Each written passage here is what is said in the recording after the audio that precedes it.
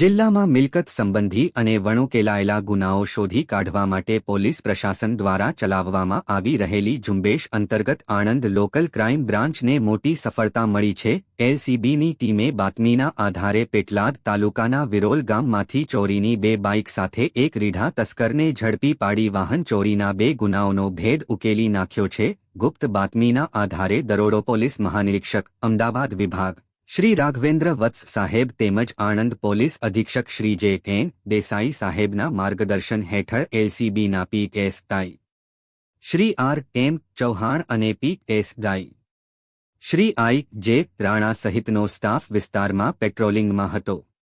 આ દરમિયાન head constable Devendrasinh દિલીપસિંહને ચોક્કસ બાતમી મળી હતી કે વિરોલ ગામનો એક ઇસમ બહારના જિલ્લાઓમાંથી મોટરસાયકલ ચોરી કરી લાવી પોતાના ઘરે રાખે છે।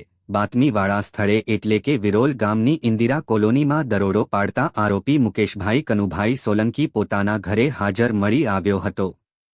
તેના ઘરની બાજુમાંથી પોલીસને નંબર પ્લેટ વગરની કાળા કલરની બજાજ પ્લેટિના અને એક કાળા કલરની હોન્ડા શાઇન મોટરસાયકલ મળી આવી હતી। પૂર્વમાં થયો ચોંકાવનારો ખુલાસો પોલીસે જ્યારે બંને મોટરસાયકલના કાયદેસરના આધાર પુરાવા માંગ્યા ત્યારે આરોપી કોઈ સંતોષકારક જવાબ આપી શક્યો ન હતો। ત્યારબાદ પોલીસ સ્ટાઇલથી યુક્તિપ્રયુક્તિપૂર્વક પૂછપરછ કરતા તેણે સ્વીકાર્યું હતું કે આ બંને બાઇક તેણે બોરસદ અને અમદાવાદ ખાતેથી ચોરી કરી હતી।